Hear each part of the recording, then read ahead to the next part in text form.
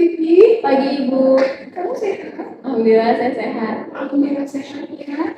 Jadi tadi saya dapat kabar dari Pak Yusuf. Katanya kamu tertidur pulas pada saat pelajaran sejarah. Nah, Ibu pasti yakin sih kamu melakukan hal itu pasti ada alasannya. Kenapa begini? Iya Bu, tadi malam saya nonton drakor sampai jam 2 pagi. Nonton drakor? Ini juga punya drakor ini. Oh Ibu pecinta drakor juga? Iya, tapi ibu nonton drakor itu untuk relax. Ketika ibu benar yang ada aktivitas nonton drakor yang capek, tapi ibu sadar diri bahwa sana nonton drakor itu bukan menyalahkan waktu. Nah, jadi kamu masih ingat nggak kesepakatan kelas kita yang pernah kita bikin sama? Iya Bu, saya ingat yang Ibu sampaikan untuk bertanggung jawab lagi atas sekolah saya. Benar banget. Kira-kira hal apa yang sudah kamu lakukan atau yang belum keyakinan kelas itu belum kamu jalani dengan baik? Iya Bu, saya ingat saya harus bisa memilah dan memilih hal yang boleh dilakukan dan tidak boleh dilakukan di kelas. Nah, itu kamu ingat. Kamu tahu, berarti tidur di kelas itu pada saat belajar boleh dilakukan tidak? Itu tidak boleh dilakukan Bu. Bagus. Nah, tapi selanjutnya ada tidur di kelas pada saat belajar tidak diulang kembali. Kira-kira apa yang kamu lakukan? Saya tidak akan nonton drakor sampai tengah malam dan tidur lebih awal, lalu bijak dalam menggunakan handphone. Bagus. Berarti kamu sudah tahu ya apa yang harus kamu lakukan. Ibu senang dengarnya. Ibu yakin kamu pasti akan bisa meyakini nilai-nilai kebaikan dalam diri kamu dan juga keyakinan kelas kita. Ya, semoga kamu bisa berubah. Iya Bu. Nah, tidak tidur lagi dalam kelas saat belajar. Ya, Peggy ya. Iya Bu. Terima kasih Peggy. Iya Bu, terima kasih Bu lagi. Nah, silakan istirahat lagi ya. Ya. Selamat siang Dina. Selamat siang Ibu. Dina tahu nggak kenapa kamu sering panggil ke kantor? Tahu Bu, tadi saat ulangan saya mencoba jawaban teman.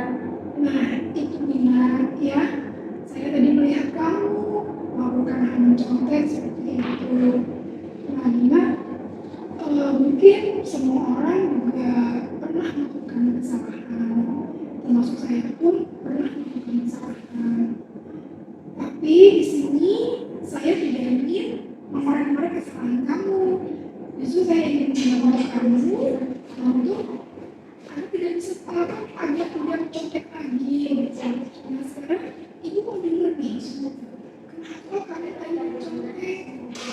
Jadi tadi malam tuh saya nggak belajar Bu, karena saya main game online. Terus saya lupa belajar lalu ketiduran karena saya main game sampai malam.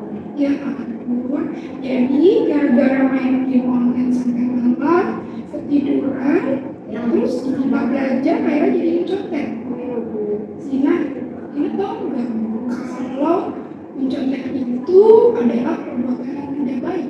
Iya Bu, saya tahu saya salah. Nah, tapi kamu telah melanggar keyakinan kelas. Saat ulangan Dina pasti nggak sih keyakinan kelas kita saat ulangan itu apa?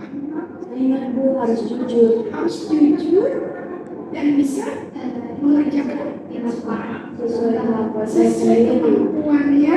Bagus, kalau Dina masih ingat tentang hal itu dan aku yakin pasti Dina bisa melakukannya.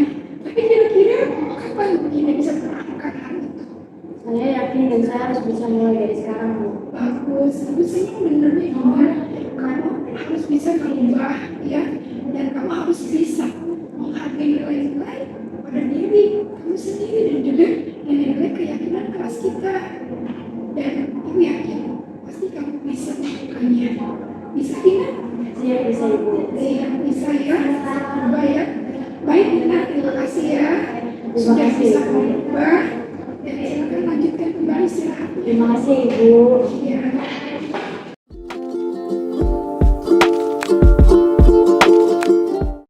Kita bertemu kembali di acara kelompok belajar kita untuk membahas yang tema pada siang hari ini adalah tentang penerapan budaya positif di sekolah.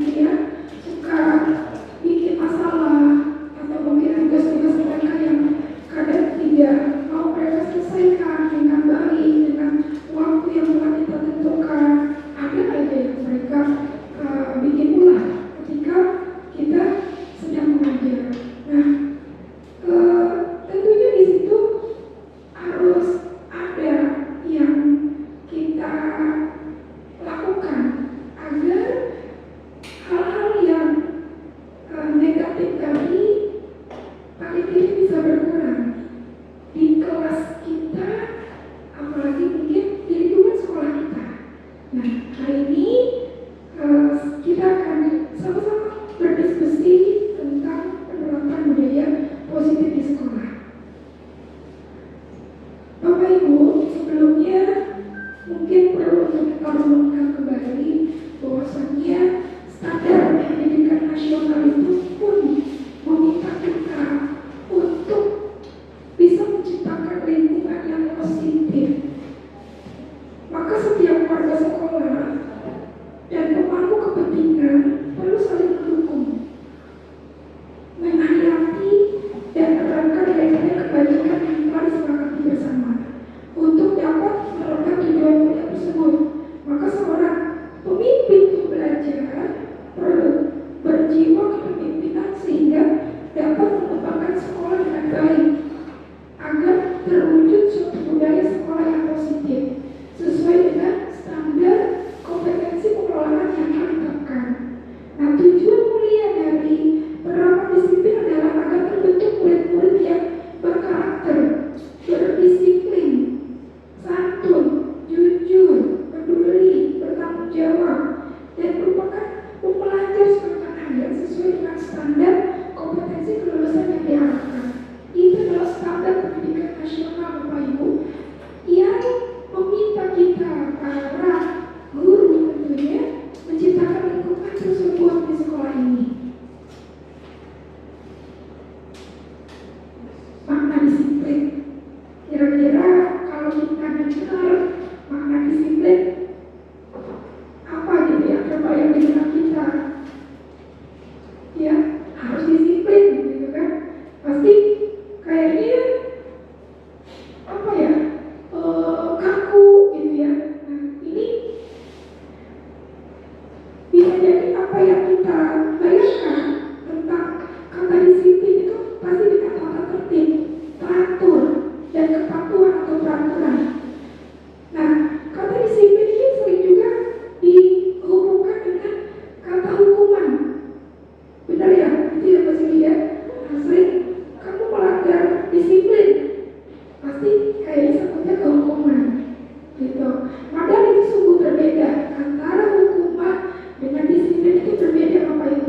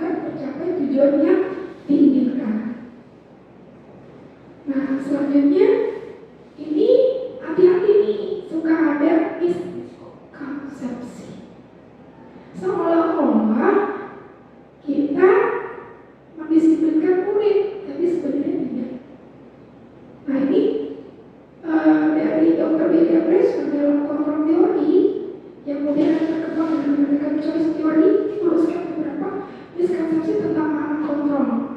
Kontrol, ilusi, ini ada yang ilusi. Guru mengontrol murid. Ketika murid melakukan ulah, lalu kita paksa dia untuk kembali lagi ke jalan yang benar, misalnya gitu ya. Itu sebenarnya bukan sepenuhnya kita mengontrol dia, tetapi mungkin bisa jadi si murid itulah yang memang telah menyilakan kita untuk mengontrol dia. Jadi tidak sebenarnya gitu loh, si murid itu memang kita yang kontrol, tapi memang dia kok yang pengen dikontrol sama kita gitu. Nah, yang ilusi yang kedua adalah bahwa semua penguatan positif efektif dan manfaat. Tidak semuanya ternyata. Ya, penguatan misalkan gini. Nah, kamu kalau mengerjakan tugas itu sesuai tepat waktu, maka kamu benar-benar jadi anak yang rajin. Ternyata ini bukan yang sebenar-benar anak yang rajin, tapi mungkin bisa jadi dia rajin mengejar nilai kita, gitu. Ya, jadi penguatan positif itu belum tentu membentuk keberuntungan. Ilusi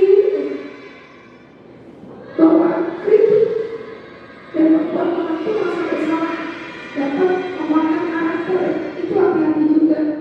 Kadang-kadang kita suka membuat anak didik kita kritik biar karakternya kuat gitu ya. Padahal tidak demikian, bisa jadi malah terbantah anak itu gitu. Terus jealousy bahwa orang dewasa memiliki hak untuk memaksa. Tidak semua orang dewasa itu punya hak untuk memaksa, karena anak juga harus diberikan kebebasan untuk memilih. Nah, tadi sudah kita luruskan tentang miskonsepsi kita. Selanjutnya adalah tentang teori motivasi, hukuman dan penghargaan serta restitusi. Di sini ada 3 nih: motivasi, hukuman dan penghargaan serta restitusi. Kita bahas satu-satu. Yang pertama adalah 3 motivasi perilaku manusia.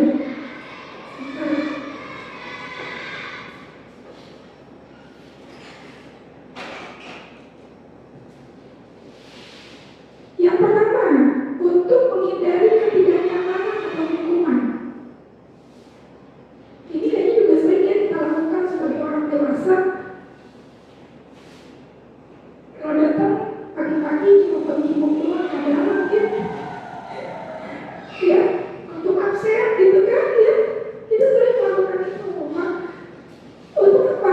Untuk menghindari ketidaknyamanan atau hukuman dari orang yang sering makan dalam capsek gitu kan, atau mungkin saya dipanggil sama kepala kita yang biasa gitu.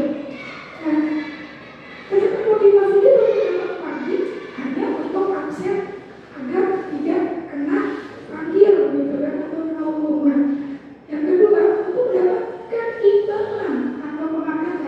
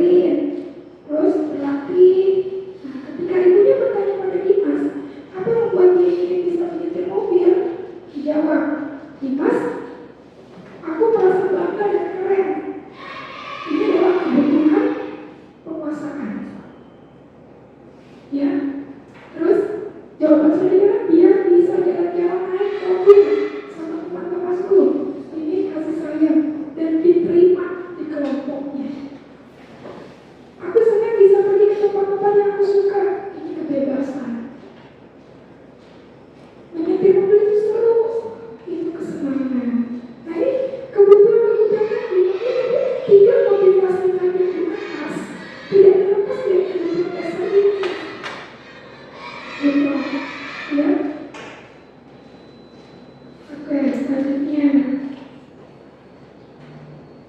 Nah, tadi apa bedanya dengan dunia berkualitas? Kalau kita sudah punya motivasi yang bagus, kebutuhan dasar kita juga sudah seimbang, sudah balance antara kebutuhan dasar yang sudah kita penuhi, kasih sayang sudah kita terpenuhi oleh kita, maka tidak menutup kemungkinan seseorang yang punya motivasi intrinsik yang itu bagus dan kebutuhan dasar sudah terpenuhi, maka dia punya impian atau punya peta konsep tentang dunia yang berkualitas untuk dirinya. Ini, siapakah orang yang paling penting dalam hidup kita? Nah, itu bisa jawab tuh. Ya, nilai-nilai kebajikan apa yang penting dalam hidup Anda? Bisa jawab. Boleh kita coba? Boleh ya? Kita pakai skinat ya. Kita bisa jawab. Bisa dijawab semuanya dalam kita sekarang. Ibu mau jawab apa? Tapi pasti saya akan masukkan.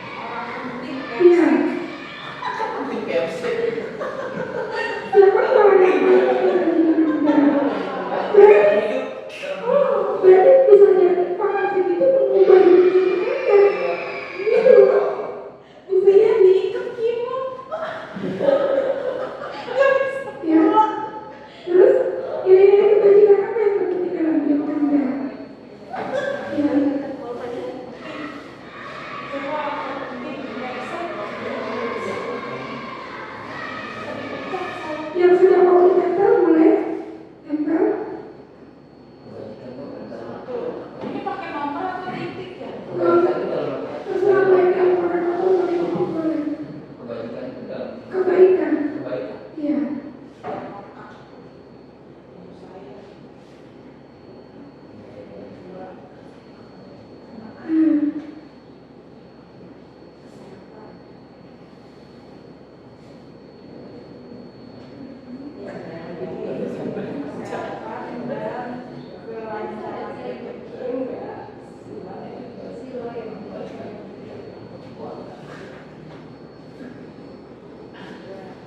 Ada yang ingin ditanyakan?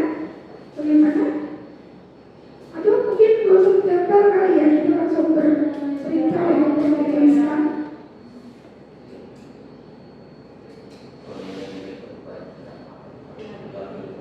Bagi suami menjadi kebaikan itu yang tugasnya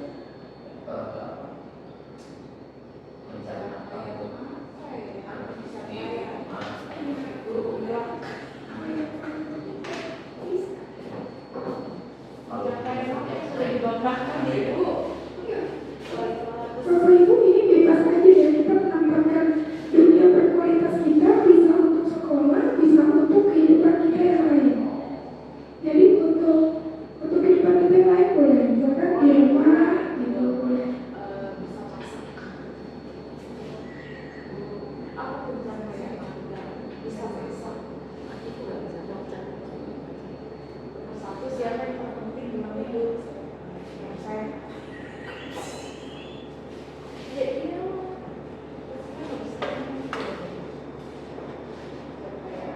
Yes, ada yang mau langsung bercerita tentang impian dunia berkualitasnya?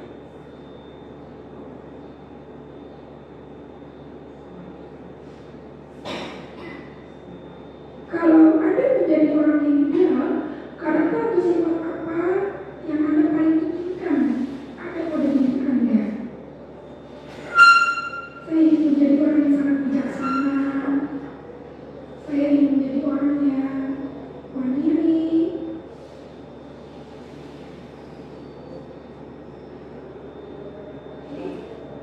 Kita lanjut ya Bapak Ibu, mohon maaf mungkin kalau kasarnya agak mundur ya. Insya Allah sampai jam kurang berapa menit lagi ya saya ini?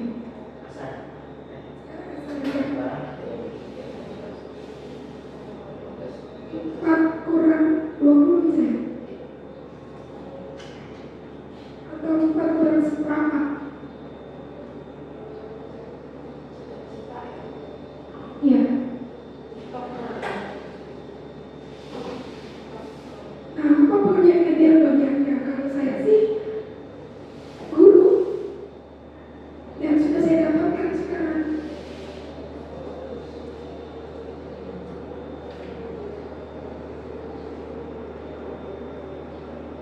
Bu Siti mau berbagi? Siti kan pernah bawa siswa. Saya satu kita mau di sini. Assalamualaikum warahmatullahi wabarakatuh. Saya mau berbagi sedikit dari dunia berkualitas saya.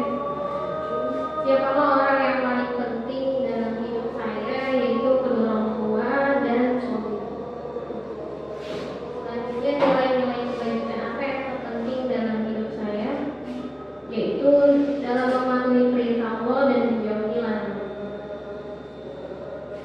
Kalau saya menjadi orang yang ideal, karakter dan sifat apa yang paling ingin ada pada diri saya, yaitu manajemen waktu yang baik. Tapi karena saya masih belum baik dalam manajemen waktu. Apa pencapaian yang sangat saya banggakan, yaitu mandiri secara finansial. Yang karena menurut saya dari mulai saya sekolah sampai kerja, saya merasa bangga bisa mandiri, tidak merepotkan orang tua. Pencapaian yang dibawa. Apa pekerjaan ideal bagi saya, yaitu guru, karena nggak terlalu memakan banyak waktu, bisa membagi antara pekerjaan di sekolah dan di rumah. Itu lebih ideal menurut saya.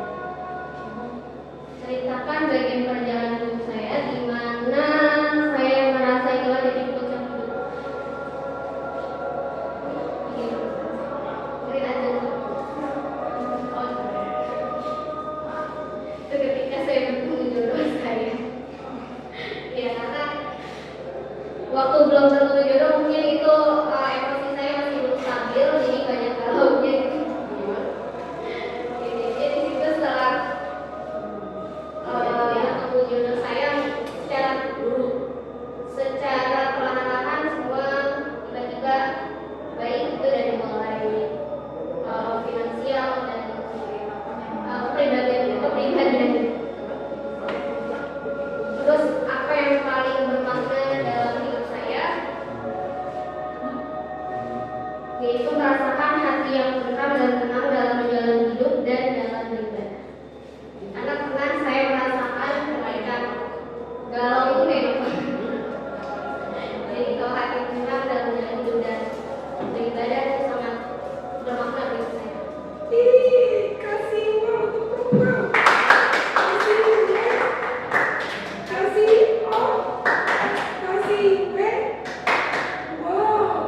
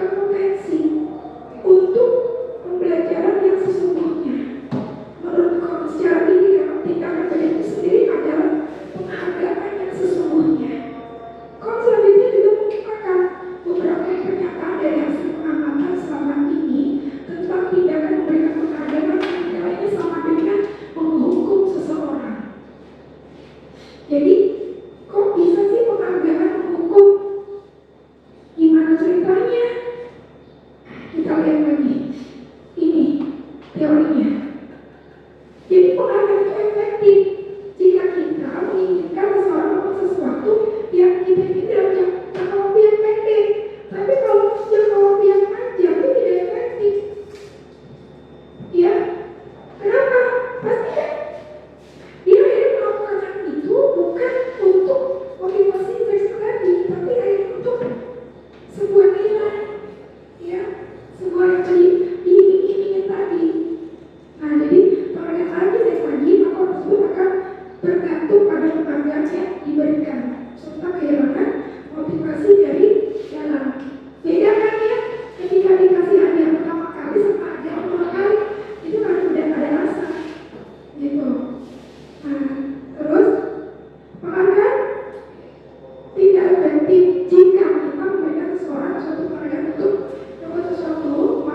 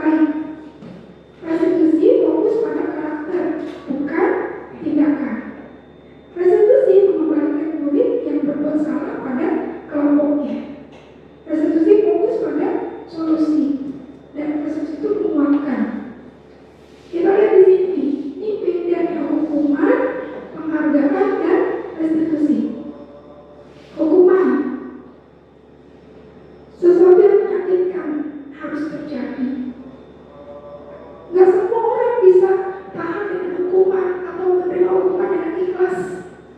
Seperti mungkin dia menjalani hukuman, tapi setelah itu bisa jadi dia dendam, sakit hati, dikasih hukuman, malu. Ya, konsekuensi itu sesuatu yang harus terjadi. Sudah ada istilahnya, peraturannya, undang-undangnya. Itu konsekuensi. Kalau persekusi itu merupakan pilihan. Nah, terus biasanya hukum itu tidak nyaman untuk murid anak jangka panjang waktu yang pendek. Kalau konsekuensi itu jangka yang pendek. Kalau persekusi mengutuk murid ya atau anak dalam jangka waktu yang panjang. Korbannya mendapatkan keadilan. Biasanya korbannya diabaikan kalau dalam konsekuensi, kalau dalam persekusi korban mendapatkan ganti. Terus identitas gagal hukuman murid atau anak akan tersakiti. Kalau konsekuensi dibuat tidak nyaman. Kalau persekusi anak mendapatkan kekuatan. Nah, bisa dibilang ya hukuman adalah identitas gagal yang konsekuensi dalam persekusi ini merupakan identitas sukses, tapi juga bisa dipilih lagi yang untuk persekusi menjadi penguatan. Ini nggak perlu deh, ini terlalu panjang juga. Nah, kesimpulan banyaknya aja langsung. Jadi kalau kita lihat hukuman bersifat tidak terencana, tiba-tiba. Kenapa aku datang ke sini? Iya Bu, saya macet. Alasan kamu gitu kan. Nah pokoknya bla bla bla dari hukuman. Tapi di sini anak atau murid tidak tahu apa yang akan terjadi. Mereka tidak dilibatkan. Hukuman itu bisa bersifat satu arah dari yang guru yang memberikan, dan murid hanya menerima suatu hukuman tanpa melalui suatu kesepakatan. Kalau konsekuensi sudah rencana, ya kamu terlambat 5 menit, apa konsekuensinya? Oh iya, saya harus membuang sampah ke tempat pembuangan depan, gitu. Ya ada tuh aturan-aturan poin-poinnya.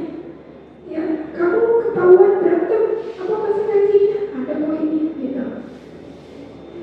Kalau persekusi ini membantu murid menjadi lebih memiliki tujuan. Jadi ini disiplin positif dan memulihkan dirinya setelah berbuat salah. Penekanannya bukan pada bagaimana berperilaku untuk menyenangkan orang lain atau menghindari ketidaknyamanan, namun tujuannya adalah menjadi orang yang menghargai nilai kebajikan yang mereka percaya. Nah, dari mana nilai kebajikan itu dibangun? Dimulai dari keyakinan kelas. Kenapa kelas? Karena kelas ini adalah kelompok terkecil yang ada di sekolah. Maksudnya dari ekosistem sekolah, kelas ini kalau semua kelas punya keyakinan kelas, bisa dipegang, bisa dijalankan, bisa diamalkan dengan baik, maka tidak menutup kemungkinan budaya positif di sekolah ini sudah terbangun. Kalau di masyarakat dimulai dari mana? Dari keluarga. Keluarga baik 1, keluarga 2, keluarga 3, keluarga 4 dan seterusnya. Maka 1 RT baik, 2 RT baik, 3 RT baik, maka 1 kota semuanya punya budaya positif yang sangat tinggi. Nah, keyakinan kelas kenapa bukan peraturan? Gitu kan ya? Kita yang kadang kita dengar seringnya apa? Peraturan kelas. Nah, tapi di sini ada keyakinan. Bisa dibedakan Bapak Ibu antara peraturan dengan keyakinan. Keyakinan yaitu nilai-nilai kebajikan universal yang disepakati secara tersirat dan tersurat, lepas dari latar belakang suku, negara, bahasa maupun agama. Ya, contohnya kayak gimana?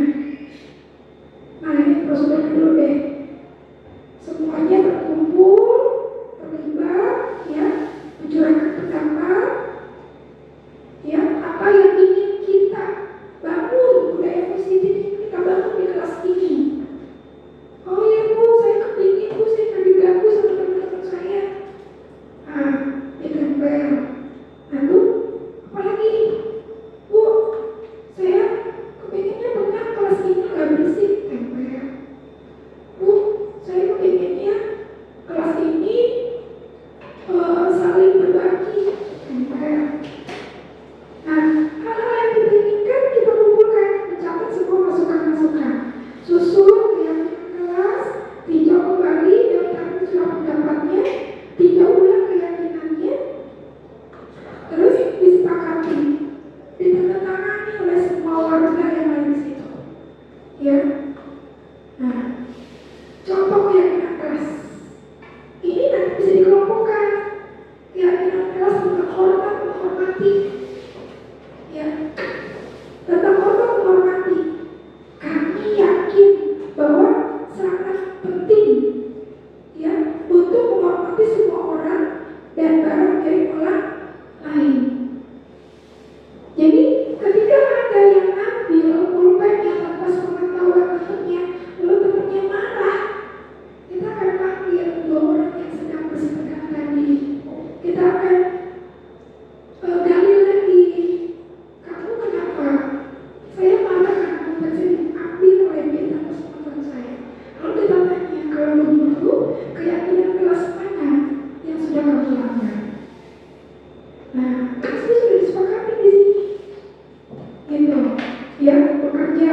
Kami yakin bahwa sangat penting untuk mengerjakan segala pekerjaan atau mengikuti kegiatan yang telah ditugaskan. Kalau ada murid yang tidak kerja tugas, berarti dia melanggar yang ini. Gitu, ya. Lalu nilai selanjutnya diterima dan dimiliki. Kami meyakini bahwa sangat penting untuk merasa diterima pada suatu kelompok dan saling peduli satu dengan yang lainnya. Kalau semua anggota kelas meyakini nilai ini, saya yakin tidak ada pembulian dalam kelas. Di sekolah tidak ada pembulian. Karena semua murid meyakini nilai ini. Nah, di sini Bapak Ibu, kita punya tugas 5 posisi kontrol kita sebagai seorang guru.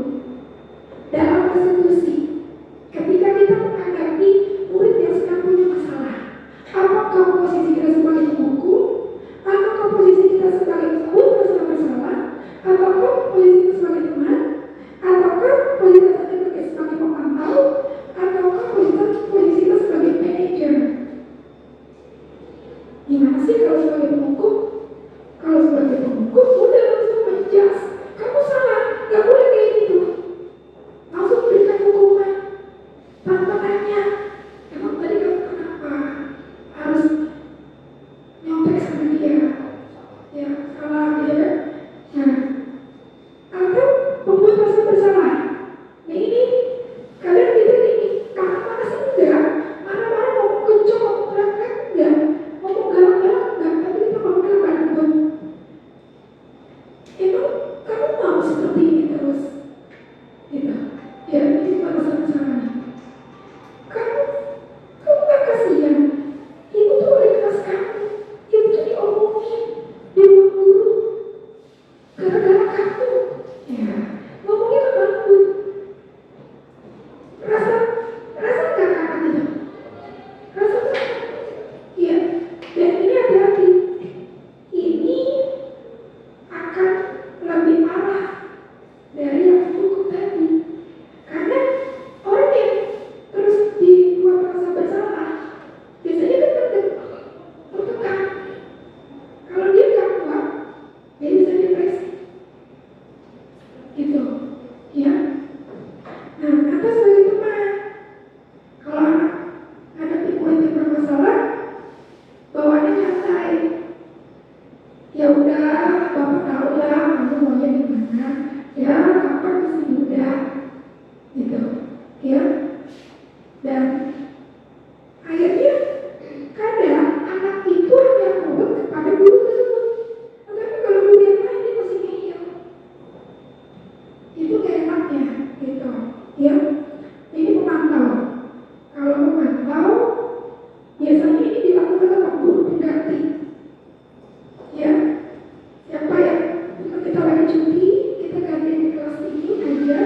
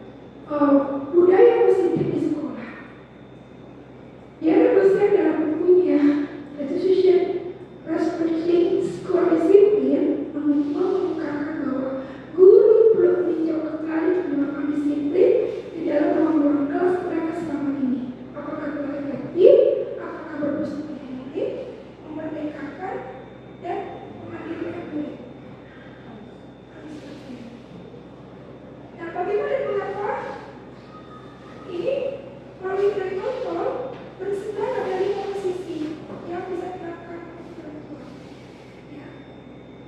Nah ini caranya tadi melalui segitiga restitusi.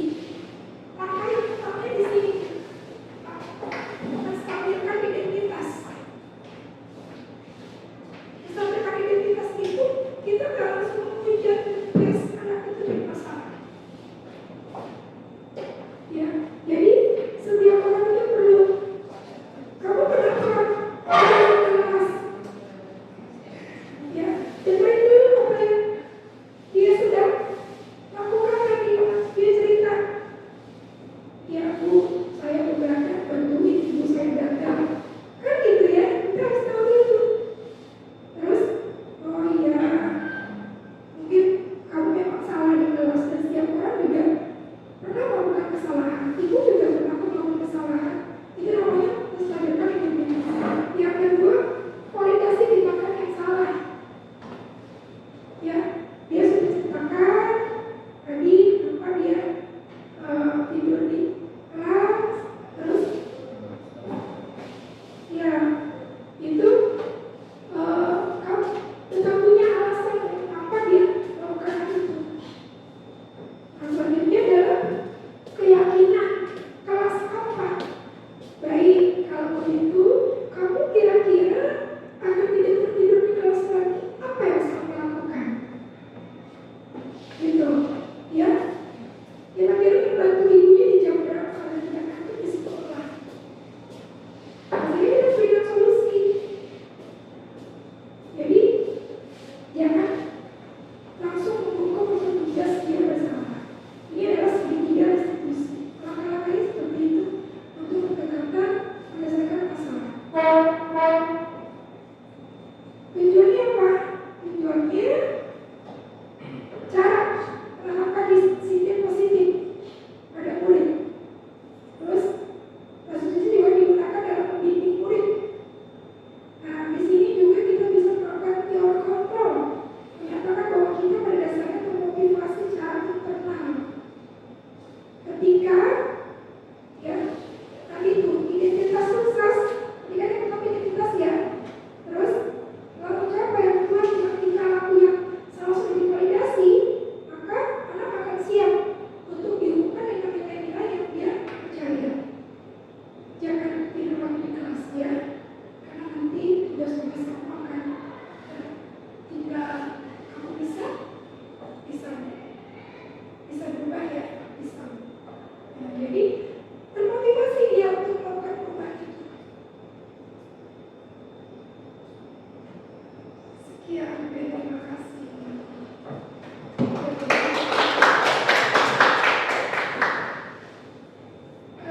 Bapak Ibu, kita mungkin ini ya karena waktu juga ya yang tidak bisa untuk terpanjang lebar dalam diskusi ini. Mudah-mudahan apa yang bisa saya sampaikan dari sedikit ilmu yang saya punya ini bermanfaat dan kita minimal bisa menerapkannya Bapak Ibu di kelas kita masing-masing, sehingga dari kelas 1, kelas 2, kelas 3 atau kelas-kelas kita semuanya sudah membiasakan budaya positif yang baik dan benar, maka tidak kemungkinan sekolah kita ini akan punya budaya positif yang tinggi tentunya. Demikian dari saya. Lebih kurang mohon maaf. Assalamualaikum warahmatullahi wabarakatuh. Waalaikumsalam.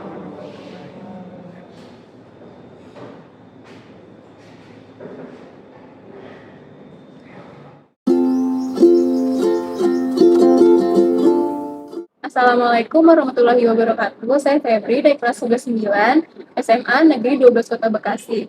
Saya senang diajar Ibu Teti karena Ibu Teti bijaksana dan tidak menghakimi jika saya mendapatkan masalah dan membantu menyelesaikan masalah saya sehingga saya dapat bertanggung jawab dan lebih mandiri lagi ke depannya. Terima kasih. Wassalamualaikum warahmatullahi wabarakatuh. Assalamualaikum warahmatullahi wabarakatuh. Saya Nurita, guru SMA Negeri 12 Bekasi.